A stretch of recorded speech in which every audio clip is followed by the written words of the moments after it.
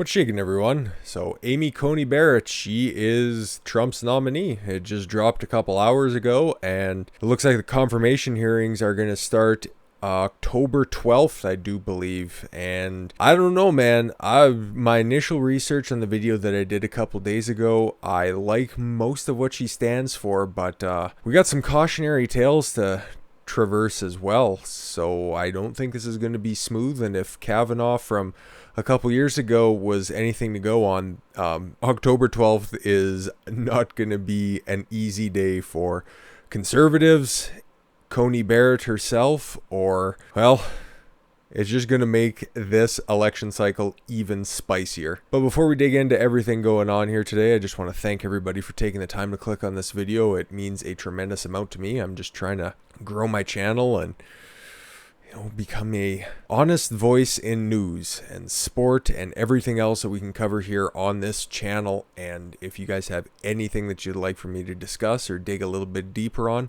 feel free to drop any suggestions or comments on the video here in that comment section down below. And while you're down there, if you don't mind hitting on that subscribe button or doing something as simple as dropping a like, all of it helps me. Or hey, just the nicest thing you can do is continue to watch the video, because I think what I'm espousing is something that you're not likely to hear out there, and that's my honest opinion based in truth.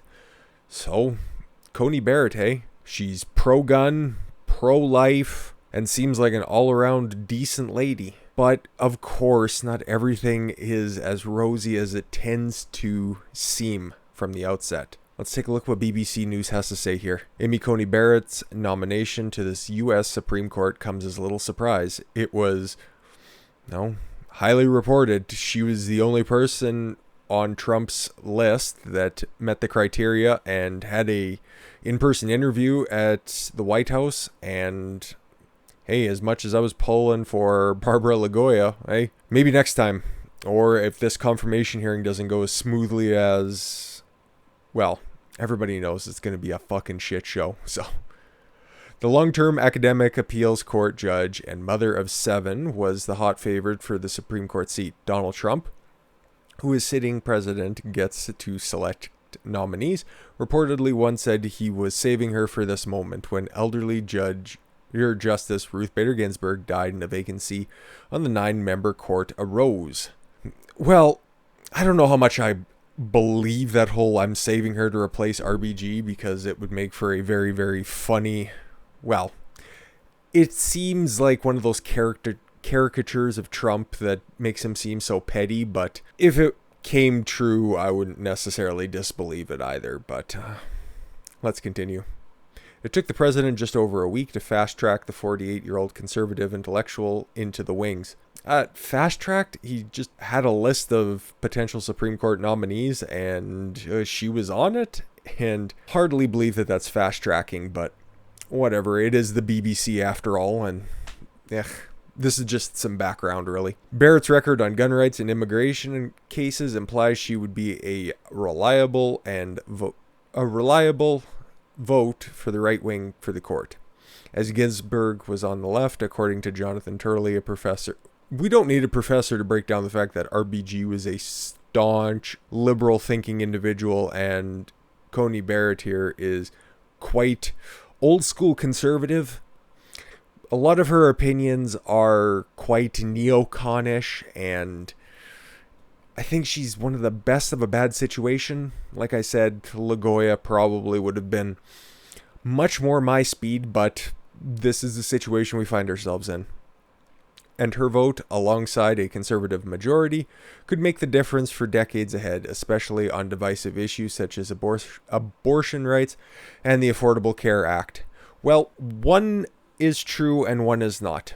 When it comes to repealing the Affordable Care Act, the Obamacare Act, she has voted in line with wanting to repeal and replace Obamacare, but as it comes to Roe v. Wade, that is pretty much settled law at this point, and it's just more or less a leftist boogeyman than anything really happening with it. So you guys can kind of put those fears to rest. But outside of that, the rest of this article just goes on to break down ACB's background and, just reiterates all the points that I made in my Lagoa and Coney Barrett breakdown from a couple days ago. I thought that, she'd be a fairly decent judge. I think that my opinion of the Supreme Court is it should be a non-political body and merely interprets the Constitution at the highest levels. Amy here seems to be somebody you could rely on for that. But there's also credible dissenting opinion out there.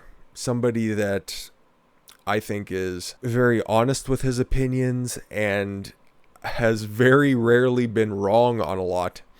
Somebody who you might not be familiar with, but he represented most famously Wesley Snipes in his tax evasion case, as well as Alex Jones and 8 of the Covington Catholic kids. His name is Robert Barnes, and the man is very brilliant. And he also has a bunch of warnings if you go through some of his Twitter threads about Coney Barrett. Like he says there right up at the top, if you're for lockdowns, Barrett is your gal. Forced vaccines, cop bashing in your door in the presence of a minor child without any probable cause. And if you're an authoritarian. I was skeptical to believe this, but you go through a few of his Twitter threads and he's very staunchly against Amy Coney Barrett. And one of his predictions here, if Donald Trump picks Coney Barrett, this is from yesterday, I would drop Senate odds for the GOP to hold the Senate to 50% and Trump's chance for re-election to 50% as he believes it to be that consequential. I think it could affect the Senate, perhaps, because they'll be the ones who will be perceived to be fast-tracking this appointment if the confirmation hearings do in fact go ahead, but fucking crazy people are out there. You got Pocahontas herself, Elizabeth Warren, saying that everything's on the table, and when Nancy Pelosi's brain isn't malfunctioning, she's out there saying everything is on the table as well. So does that mean another impeachment proceedings for Bill Barr or for Trump again? I don't know. I think that would be catastrophically idiotic, but I don't see this appointment as being so detrimental against Trump, because everybody who's against Trump right now is going to be against this appointment, and the battle lines have been drawn so deep, and this isn't going to do anything to bridge the gap, because I don't really see anything that can bridge the gap. There are leftists out there that are shrieking from the rooftops that this means that women who want to get abortions are going to be thrown from roofs, and it's just going to be a Catholicist caliphate, when in actuality, we're not regressing that far.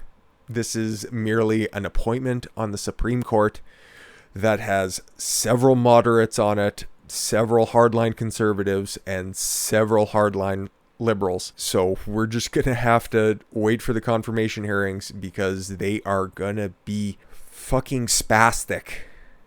You guys remember the Kavanaugh shit from not that long ago, and that's going to make this look like kid gloves. That'll be it for the update here today. I just wanted to get this quickly out because we all seen it coming, especially when Trump said that at 5 o'clock Eastern he was going to drop it on Saturday, and hey, here we are.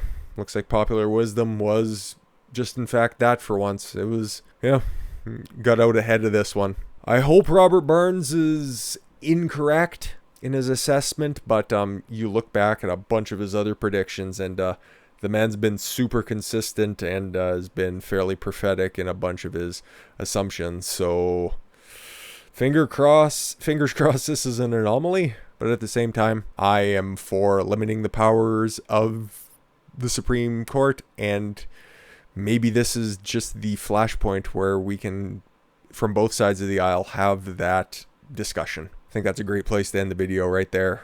I think that's a great place to end the video right there, guys. Thanks again for taking the time to watch the video, and I've been Don Consuelo. I want you guys to follow your gut and get after it. Take care, everyone.